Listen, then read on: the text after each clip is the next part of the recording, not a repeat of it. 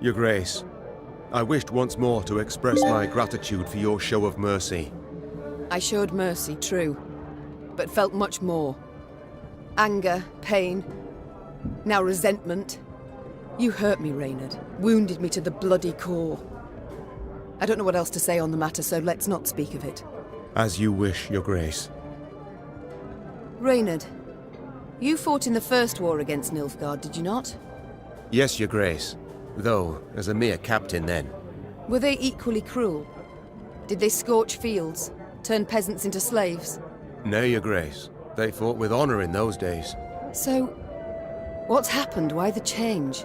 It's said Emperor Emir var Emrys's heart hardened over the years.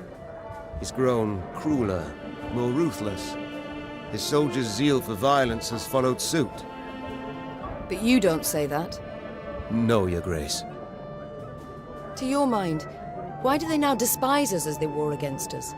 'Tis ever easier to loathe those you know. Before the first war, they knew nothing about us. Then they saw they'd the better weapons, larger cities, superior craft. That in our towns, waste flowed through the streets in open gutters, and they concluded we weren't their equals. It's far easier to kill when one holds such a belief. It's time I attended to other matters.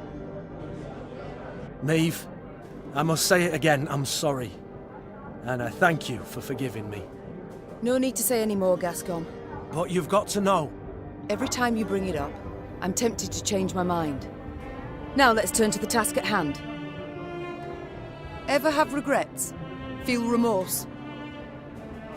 For what? Oh, I don't know. Killing innocents, perhaps? Murdering travelers, pilgrims? I've always warned them. Won't touch a hair on your heads, provided you don't resist. So, see, gave them a choice. Besides, innocence? Please, Maeve. We both know those to be mythical creatures. Everyone's got something on their conscience.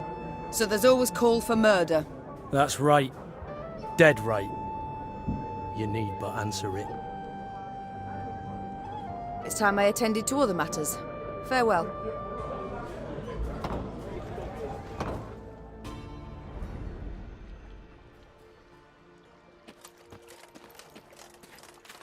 Maeve needed but set one foot into the Ruwode to know something was amiss.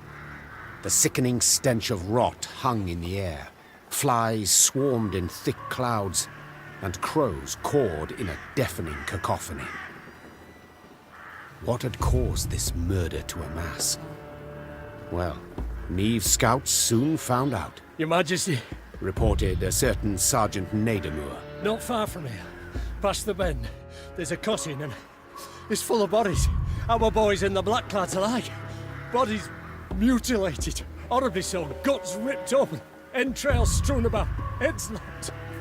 Somewhere, like Yes? branches embrace him, grip him tight, as if the trees strangled her. Hearing this, the Queen ordered a halt to their march. They would go no further, she thought, till they knew what had killed those men. Luckily, witnesses were soon found. A haggard band of resin burners emerged from a nearby dugout, black with dirt, covered in dried blood. My lady, Their eldest stammered. Blackins came and started felling the wood. Forced folk to chop away, to make way for a town, they said. They pushed hard, right to the heart of the forest where the old oaks grow, and awoke some foulness. The whole camp, blackclads and loggers alike, done in one night. No time even to draw their weapons. We was lucky. Found pits to hide in. Just heard of something huffed and puffed while talking to the trees, no less. Reynard ordered medics to tend to the tar makers, then turned to Maeve. We cannot wash our hands of this, Your Grace. The Nilfgaardians awoke the monster, yes, but it kills Rivians just as readily. Maeve stood at the edge of the clearing and pricked her ears. The Ruwode echoed with the cawing of crows, which seemed to perch on its every twig. She also heard the howling of wolves and a hollow rattling, as if branches whipped in the wind. though the day was fair and still. That Geralt. He just had to desert me. The queen removed her cloak to avoid snags and trundled toward the heart of the wood. Her soldiers followed, clutching cocked crossbows to sweaty cheeks. Thank ye, your majesty. You'll protect us from the black-clads and monstrosities.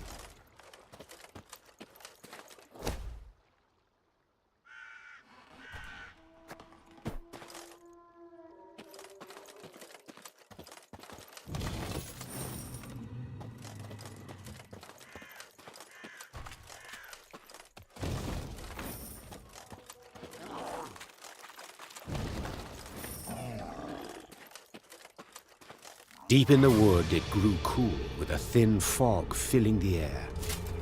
Meve pushed past a large branch of hazel and froze. Before her stood a tall figure, nearly human in form, save the moss-covered deer skull in place of its head.